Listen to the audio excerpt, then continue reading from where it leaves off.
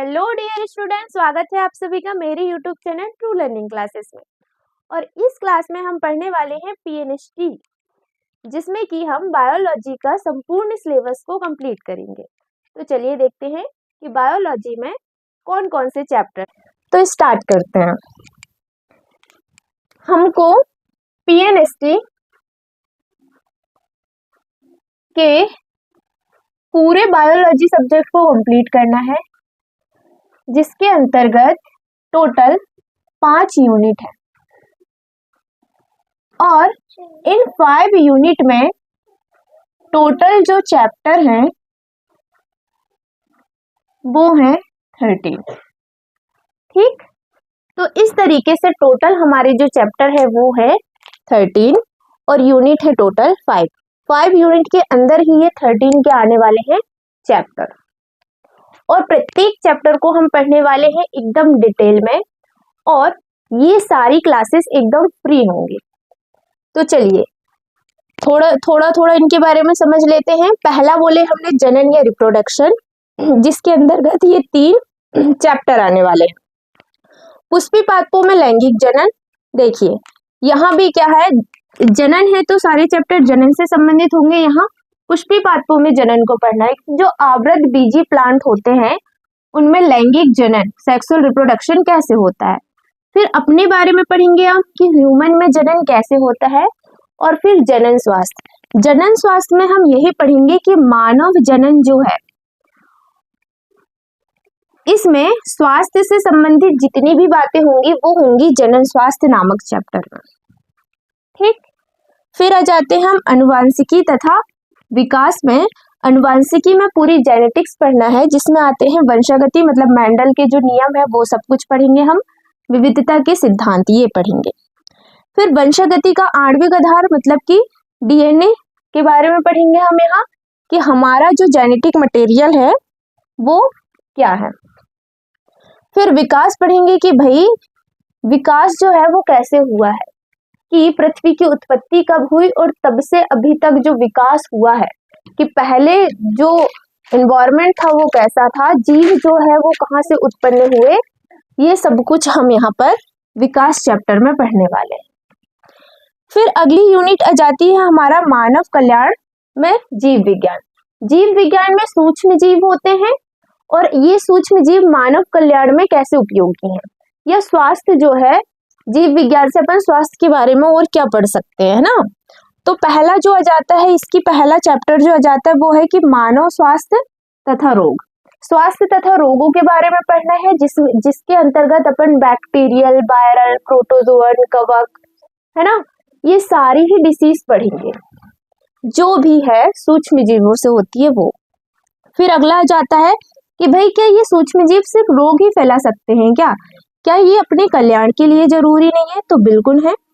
तो सूक्ष्म जीव मानव कल्याण में भी उपयोगी होते हैं, जैसे एंटीबायोटिक्स के निर्माण में उपयोग होंगे, है ना। साथ ही अपन देखें तो जो अपन खाने का मटेरियल घर में बनाते हैं, जैसे डोसा की बात कर ली जाए, इडली की बात कर ली जाए, तो इन सभी में भी सूक्ष्म जीव की जरूरत होती है, क्योंकि हमको खमीर के लिए सूक्ष्म जीव की जरूरत होगी। अगला है बायोटेक्नोलॉजी। ये बहुत प्यारा चैप्टर है, जो कि यदि ठीक से समझोगे तो बिल्कुल बनेगा। और मैं इतने अच्छे तरीके से आपको पढ़ाऊंगी कि ये बिल्कुल आपको बनेगा। बायोटेक्नोलॉजी या क्या है, जैव प्रौद्योगिकी। जैव प्रौद्योगिकी में सिद्धांत है कि भाई किस तरीके से हम टेक्नोलॉजी को अपना सकते हैं, बायोटेक्नोलॉजी को कैसे, इसके सिद्धांत है और फिर इसके प्रक्रम है। बायोटेक्नोलॉजी क्या है कि भाई किसी एक जीव का जो डीएनए है वो निकालो और दूसरे जीव में डाल दो। क्यों? क्योंकि डीएनए के अंदर जो होते हैं जीन होते हैं, और यही जो हमारे अनुवांशिक लक्षण है वो एक पीढ़ी से दूसरी पीढ़ी में जाने वाले वो होते हैं। जैसे इसका एक स्पेशल लक्षण या कैरेक्टर वाला जीन है, जिसको हमको किसी दूसरे ऑर्गेनिज्म में डालना है, तो डालने का जो सिद्धांत है या जो प्रक्रम हम अपनाएंगे वही बायोटेक्नोलॉजी के सिद्धांत और प्रक्रम हो जाते हैं। अब दूसरे में डालेंगे तो इसका कुछ उपयोग है, तो वो जो उपयोग है वो आ जाता है हमारे जैव प्रौद्योगिकी के उपयोग में। अगला चैप्टर है हमारा पारिस्थितिकी। पारिस्थितिकी में हम पूरे इकोसिस्टम को पढ़ेंगे कि हमारे वातावरण में जो इकोसिस्टम चल रहे हैं वो कैसे चल रहे हैं, क्या है ना, जिसमें जीवों के बारे में पढ़ेंगे, समष्टि मतलब पॉपुलेशन के बारे में पढ़ेंगे, पारितंत्र के बारे में पढ़ोगे, फिर ये है पारितंत्र, फिर पढ़ेंगे अपन जैव विविधता, जीवों में होने वाली जो विविधताएं हैं वो कैसी हैं, और इनके संरक्षण की बात करेंगे। तो बस यहाँ पर हमारा सिलेबस जो है वो बायोलॉजी का कंप्लीट हो जाएगा। तो चलिए हम क्यों ना अभी से ही प्रारंभ कर दें। तो हम शुरू करते हैं पहली यूनिट से। हमारी पहली यूनिट है रिप्रोडक्शन, है रिप्रोडक्शन या कह दें हम जनन। बात करते हैं भाई कि ये जो जनन या रिप्रोडक्शन है ये है क्या। हमने देखा कि रिप्रोडक्शन के अंतर्गत कितने चैप्टर आ रहे हैं हमारे, 3। पुष्पी पादपों में लैंगिक जनन, यहाँ भी जनन ही है, मानव जनन है और जनन स्वास्थ्य है। तो हमको जानना पड़ेगा कि ये जनन या जो रिप्रोडक्शन है वो है क्या। तो रिप्रोडक्शन क्या होता है कि अपने ही समान एक जीव या कह दें एक संतति को जन्म देना, अपने समान एक छोटी संतति को जन्म देना क्या कहलाता है, जनन कहलाता है। अपने समान, अपने ही समान कर देते हैं, छोटी संतति को जन्म देना क्या कहलाता है, रिप्रोडक्शन या जनन कहलाता है। और ये जो जन्म देने वाली प्रक्रिया है वो निरंतर चलती रहती है, इसलिए ये कैसी होनी चाहिए, इस पे निरंतरता होनी चाहिए। तो ये कहलाता है जनन। क्या है ये, तो देखो कोई भी जीव है उसने अपने ही समान एक छोटी संतति मतलब उसके बेबी को जन्म दिया। अब उस जो छोटी सी संतति है उसमें वृद्धि होगी, वृद्धि होगी, फिर उसमें परिपक्वता आएगी, परिपक्वता आने के बाद वो छोटी संतति जो अब बड़ी हो चुकी है, वृद्धि के बाद वो बड़ी हो गई है, वह भी अपने समान एक छोटी संतति को जन्म दे सकती है। तो ये प्रक्रिया निरंतर चलते रहेगी, इसी को कह देते हैं हम रिप्रोडक्शन या जनन। तो देखा जाए रिप्रोडक्शन या जो जनन है वो कितने प्रकार का होता है, ये होता है 2 टाइप्स का। एक है हमारा एसेक्सुअल रिप्रोडक्शन या कह दें इसको हम अलैंगिक जनन, अलैंगिक जनन है ये। दूसरा है सेक्सुअल रिप्रोडक्शन या कह दें हम इसको क्या, लैंगिक जनन। तो बात कर देते हैं कि इन दोनों में जो अंतर या डिफरेंट है वो है क्या। तो जो सेक्सुअल रिप्रोडक्शन होता है वो हमेशा विदाउट गैमेट होता है, विदाउट गैमेट होता है, मतलब इसमें गैमेट का निर्माण होगा ही नहीं। जबकि सेक्सुअल रिप्रोडक्शन में गैमेट का निर्माण तो होता है, साथ में फ्यूजन ऑफ गैमेट भी होता है, मतलब कि यहाँ निर्माण भी होगा और फ्यूजन भी होगा। यहाँ क्या होता है, फ्यूजन ऑफ गैमेट, गैमेट का निर्माण भी होगा और गैमेट्स का फ्यूजन भी यहाँ पर होता है, किसमें, सेक्सुअल रिप्रोडक्शन में। अब हम बात करते हैं कि एसेक्सुअल रिप्रोडक्शन में कितने जनक भाग लेते हैं और सेक्सुअल रिप्रोडक्शन में कितने जनक भाग लेते हैं।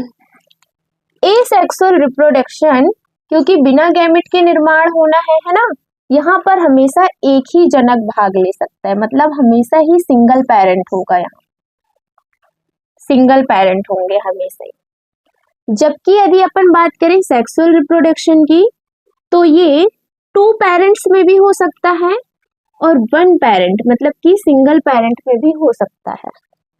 इसमें 2 जनक भी भाग ले सकते हैं और एक अकेला जनक भी सेक्सुअल रिप्रोडक्शन कर सकता है। हो सकता है आपको ये बात सुन के अजीब लगे एक जनक वाली, लेकिन समझते हैं कैसे।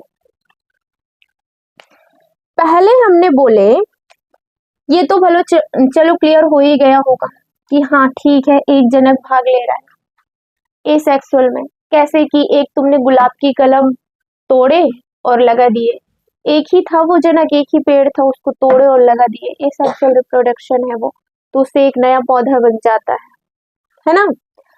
अगली बात कर रहे हैं अपन किसकी, सेक्सुअल की। तो भाई हमने बोली कि इसमें 2 जनक भाग लेते हैं और 2 जनक भी ले सकते हैं और एक जनक अकेला भी सेक्सुअल रिप्रोडक्शन कर सकता है।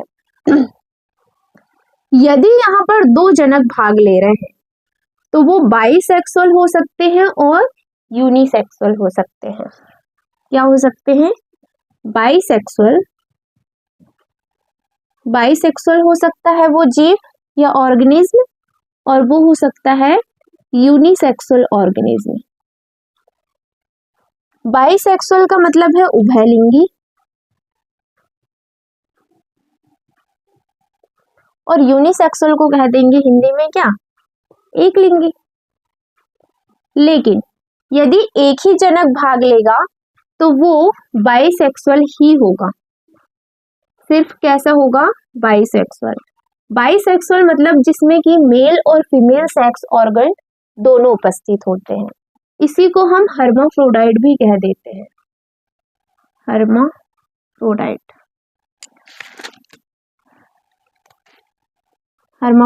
भी कह दोगे इस चीज को, है ना। अब देखो बाइसेक्सुअल या क्या कह दोगे, हर्माफ्रोडाइट,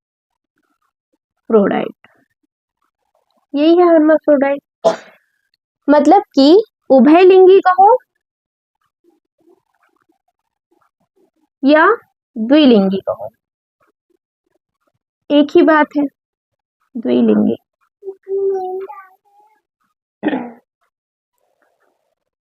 ठीक,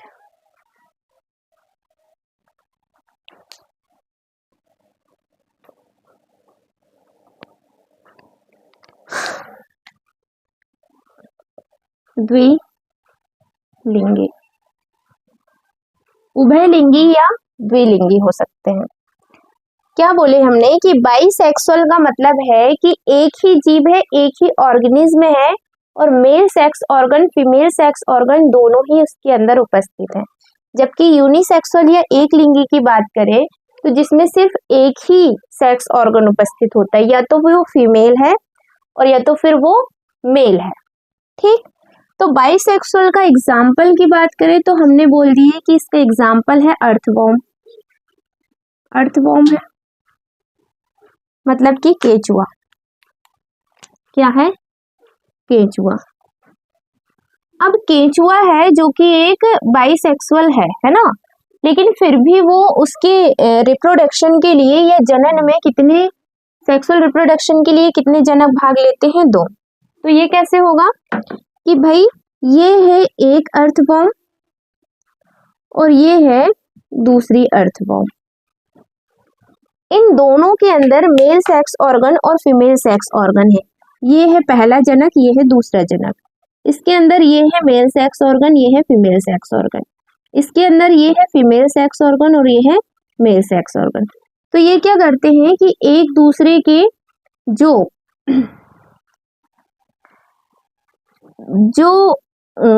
ओवम है वो एक दूसरे, जो स्पर्म है वो एक दूसरे को दे देंगे। ये वाली अर्थवॉर्म अपने स्पर्म या कह दें अपन कि मेल गैमेट को यहाँ ट्रांसफर कर देगी और ये वाली जो अर्थवॉर्म है वो यहाँ ट्रांसफर कर देगी। तो अपने मेल गैमेट को ये क्या कर देते हैं, एक दूसरे को ट्रांसफर कर देते हैं, है ना। तो यहाँ पर जो फर्टिलाइजेशन है वो हुआ है क्रॉस फर्टिलाइजेशन। मतलब इसने अपना मेल गैमेट इस अर्थवॉर्म को दे दिया, इस अर्थवॉर्म ने अपना मेल गैमेट इस अर्थवॉर्म को दे दिया। तो ये क्या है, क्रॉस रिप्रोडक्शन। लेकिन जनक तो ये 2 ही है, और देखो ये भी बाइसेक्सुअल है और ये भी बाइसेक्सुअल है। ठीक, अगली हम बात करें कि यूनिसेक्सुअल होके कैसे 2 जनक भाग लेते हैं। तो इसका एग्जाम्पल अपन खुद हैं, कौन है, मनुष्य। मनुष्य या ह्यूमन में देखें तो अपन जानते हैं कि यहाँ पर 2 प्रकार के ऑर्गेनिज्म होते हैं, जिसमें कि एक लिंग होता है मेल और दूसरी होती है कौन, फीमेल। जो मेल है उसके अंदर बनेंगे स्पर्म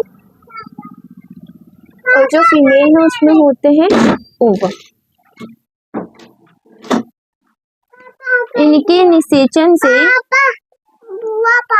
आपको जाना है पापा के पास? हाँ तो बैठो यहाँ। एक होता है स्पर्म और एक होता है ओवम। जो मेल है उसके अंदर स्पर्म का निर्माण होता है और फीमेल का जो गैमेट है वो है ओवम है। इन दोनों के मिलने से किसका निर्माण होता है? जायगोट का। ठीक, तो इस प्रकार का जो रिप्रोडक्शन है वो सेक्सुअल रिप्रोडक्शन है, जो कि दो जनक भाग ले रहे हैं, एक है मेल और एक है फीमेल। ठीक, अगली बात करते हैं कि सेक्सुअल रिप्रोडक्शन ही हो रहा है लेकिन एक ही जनक कैसे भाग ले सकता है? तो ये तभी संभव है जबकि वो एक जनक कैसा है? वो है बाइसेक्सुअल, मतलब कि उभयलिंगी है।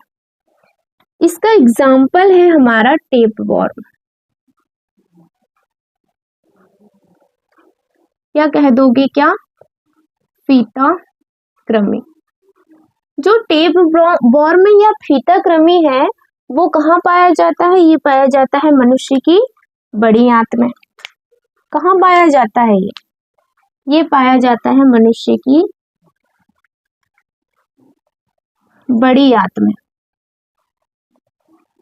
आंतरिक परजीवी के रूप में होता है। आंतरिक परजीवी के रूप में होता है। अब देखो टेपवॉर्म कैसे है, तो ये बाइसेक्सुअल, मतलब कि मेल फीमेल दोनों सेक्स ऑर्गन होंगे इसमें, और एक ही जनक कैसे रिप्रोडक्शन करेगा? तो यदि ये है हमारा टेपवॉर्म और इसमें मेल और फीमेल दोनों सेक्स ऑर्गन हैं, एक मेल वाला गैमेट एक फीमेल वाला गैमेट होगा, ये ही आपस में फ्यूजन कर लें या संलयन कर लें और इनसे किसका निर्माण हो जाए? गैमेट का। गैमेट नहीं, जायगोट का निर्माण हो जाए। यही दोनों मेल गैमेट फीमेल गैमेट दोनों आपस में फ्यूजन कर ले, एक ही ऑर्गेनिज्म के हैं ये। किसके हैं ये? टेपवॉर्म के हैं। और इनके फ्यूजन से नया टेपवॉर्म बन जाए, फीताकृमि बन जाए। तो इस प्रकार का जो फ्यूजन है वो एक जनक में हुआ है, और यहाँ क्योंकि देखो फ्यूजन हुआ ना गैमेट्स का, तो क्या होगा? ये होगा सेक्सुअल रिप्रोडक्शन। अच्छा, हमने देखा कि वो बाइसेक्सुअल है, उसके बाद इनने क्या किया है कि भाई सेल्फ रिप्रोडक्शन किया है इन्हें। सेल्फ का मतलब है अपने ही गैमेट को आपस में संलयन कर लेना। जबकि यहाँ पर देखें हमने कि केंचुआ या अर्थवॉर्म है ना, ये अर्थवॉर्म भी तो बाइसेक्सुअल है, फिर इनने क्यों नहीं किया सेल्फ रिप्रोडक्शन? तो इसके पास चांस है। देखो इन्वायरमेंट में इतने सारे केंचुआ हैं, उनको अपना पार्टनर मिल सकता है ना, लेकिन अपन यदि देखें टेपवॉर्म को तो ये मनुष्य की बड़ी आंत में रहेगा आंतरिक परजीवी के रूप में। एक ही टेपवॉर्म है तो वो कैसे बाहर निकल के थोड़ी ना दूसरे टेपवॉर्म से करेगा निषेचन, तो वो खुद ही के गैमेट्स को क्या कर देता है? खुद ही के गैमेट्स का फ्यूजन कर देता है। ठीक, अब देखो हम बोलें कि यहाँ पर जेनेटिक मटेरियल जो है वो कैसे है? सेम है, सेम जेनेटिक मटेरियल है, तो ये उतना अच्छा नहीं कहलाता है। मतलब एक ही जेनेटिक मटेरियल का बार बार मिलना इनब्रीडिंग उत्पन्न करता है। जबकि यदि अलग अलग प्रकार की जेनेटिक मतलब जो क्रॉस रिप्रोडक्शन होता है ना, अलग अलग ऑर्गेनिज्म, दो अलग अलग है ये ऑर्गेनिज्म तो नहीं कहोगे इनको, जो दो अलग अलग इंडिविजुअल है उनके बीच में यदि ये हो रहा है तो फिर ये अच्छा माना जाता है। ठीक, आगे बात कर रहे हैं अपन, देखो किसकी? सेक्सुअल रिप्रोडक्शन की। जो सेक्सुअल रिप्रोडक्शन है उसमें हमने बोले कि ये विदाउट गैमेट होता है, लेकिन ना इसका एक है अपवाद। इसका क्या है? एक अपवाद, और इसका जो अपवाद है वो है पार्थिनोजेनेसिस। क्या है? पार्थिनोजेनेसिस,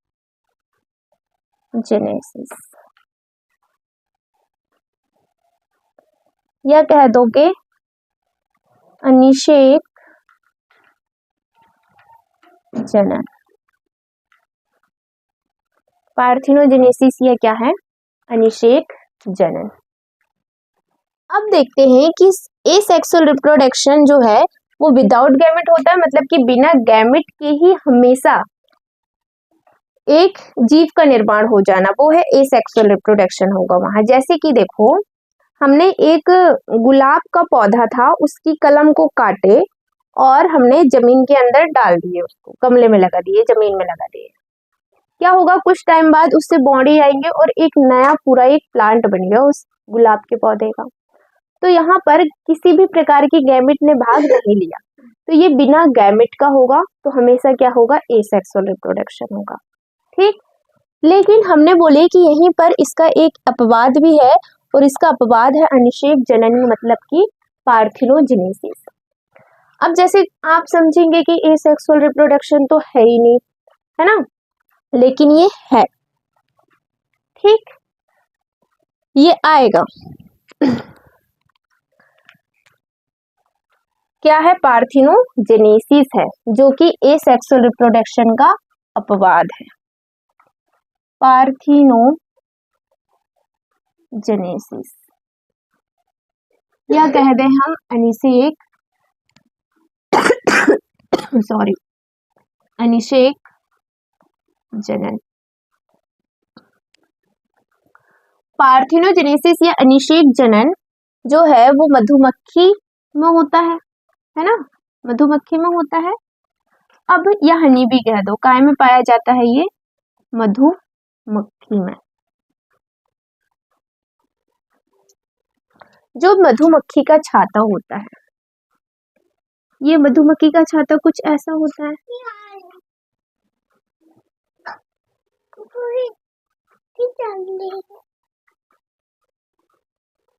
हिचकी चल रही है तो पानी पी लो और आवाज नहीं करना।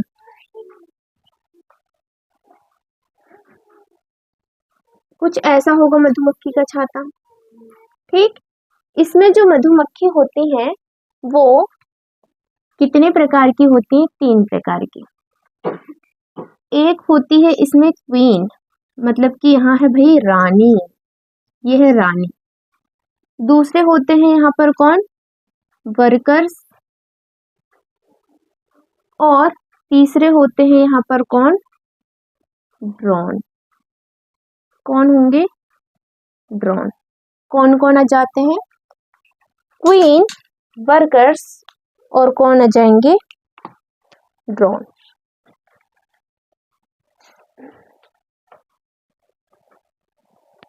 क्वीन है, वर्कर्स है और ड्रोन। ठीक, जो क्वीन है वो होती है फर्टाइल, जो वर्कर्स होते हैं वो होते हैं स्टेराइल, और ड्रोन जो है वो तो मेल है। अब एक ही मेल है बेचारा, तो ये तो यही निषेचन करवाएगा, है ना। ये क्वीन और वर्कर्स दोनों कौन है, फीमेल। कौन है ये, फीमेल। लेकिन क्वीन माँ बन सकती है और वर्कर्स माँ नहीं बन सकते हैं। अब बात ऐसी करते हैं कि ये क्वीन ही फर्टाइल है तो यही निषेचन करेगी। ये है हमारी प्यारी सी क्वीन।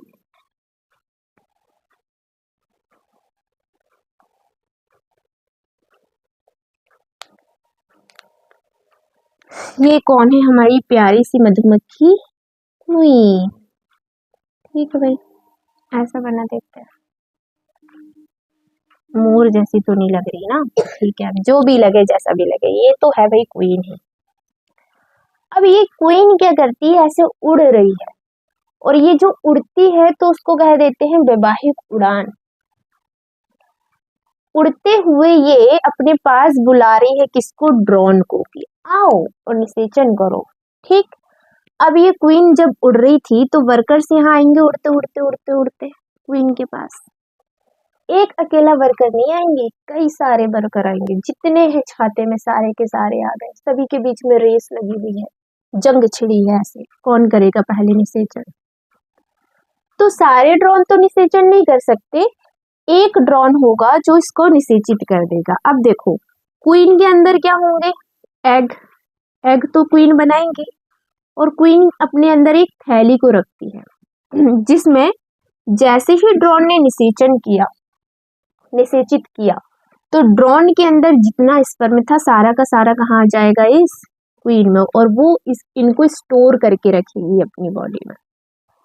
जिस ड्रोन ने इस क्वीन को फर्टाइल किया है, फर्टिलाइजेशन किया है, हुआ है जिससे इसका, तो वो ड्रोन वहीं पर मर जाएगा, क्योंकि निषेचन के बाद ड्रोन की क्या हो जाती है, मृत्यु।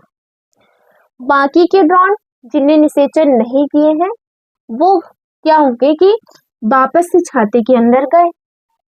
लेकिन यहाँ पर क्या है, यहाँ पर है वर्कर्स।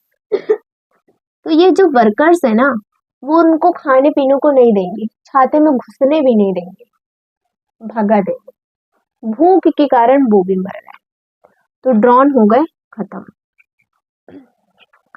अब देखो, ये जो फर्टाइल क्वीन है, ये क्वीन क्या करती है कि इसकी बॉडी में एग बनते रहेंगे, इस पर में इसने अब स्टोर करके रख लिया है। अब इन एग को वो इन स्पर्म से मिलाते रहेगी। एन भी कैसा है, हैप्लॉइड, स्पर्म भी कैसे है, हैप्लॉइड। जब हैप्लॉइड हैप्लॉइड गैमेट आपस में मिलते हैं तो एक डिप्लॉइड सेल बनती है, जिसको अपन कह देते हैं जायगोट। यही होता है। तो ये तो हुआ भाई सेक्सुअल रिप्रोडक्शन। ए सेक्सुअल कहाँ से, बिल्कुल नहीं, ये सेक्सुअल रिप्रोडक्शन ही है, ए सेक्सुअल ये नहीं है। अब यहाँ पर इनका हुआ फ्यूजन। बताते हैं कि जो हम पार्थेनोजेनेसिस कर रहे हैं वो कहाँ आएगा, है ना। फ्यूजन हुआ तो जायगोट बन गया। अब ये इन जायगोट से यदि इनको, इससे हमेशा ही क्या बनेंगी, फीमेल बनेंगी। अब जिन फीमेल को रॉयल जेली खिलाई जाएगी, क्या खिलाई जाएगी, रॉयल जेली, वही बनेगी क्वीन। और वैसे भी एक क्वीन अपने रहते हुए दूसरी क्वीन को जन्म नहीं देती। जब हाँ मरने की कगार में कि हाँ अब हो गया बस जिंदगी, तभी ये क्या किसको जन्म देगी, क्वीन को।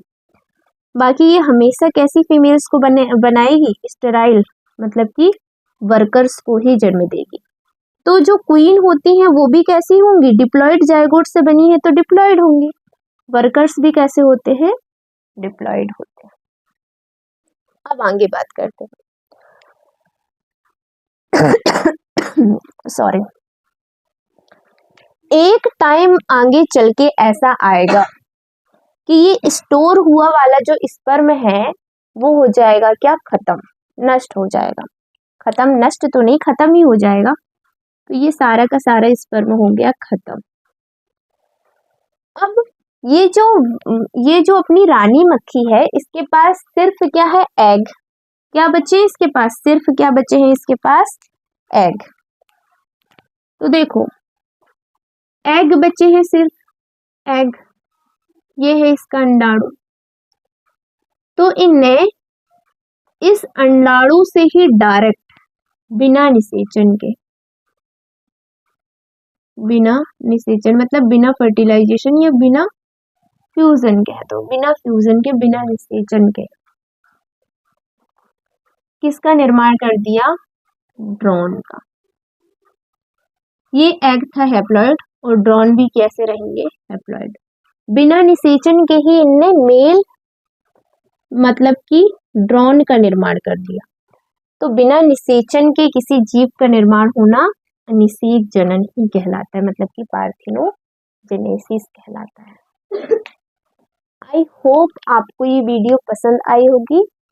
इसी तरीके से हम बायोलॉजी का संपूर्ण सिलेबस करेंगे जो हमारे पीएनएसटी, एएनएम और जीएनएम एग्जाम में आते हैं वो। तो बनी रहिए मेरे साथ और करते हैं पूरा biology complete. Thanks for watching. Like करें, सब्सक्राइब करें, और यदि कहीं भी कोई कंफ्यूजन है तो आप कमेंट्स में पूछ सकते हैं। धन्यवाद।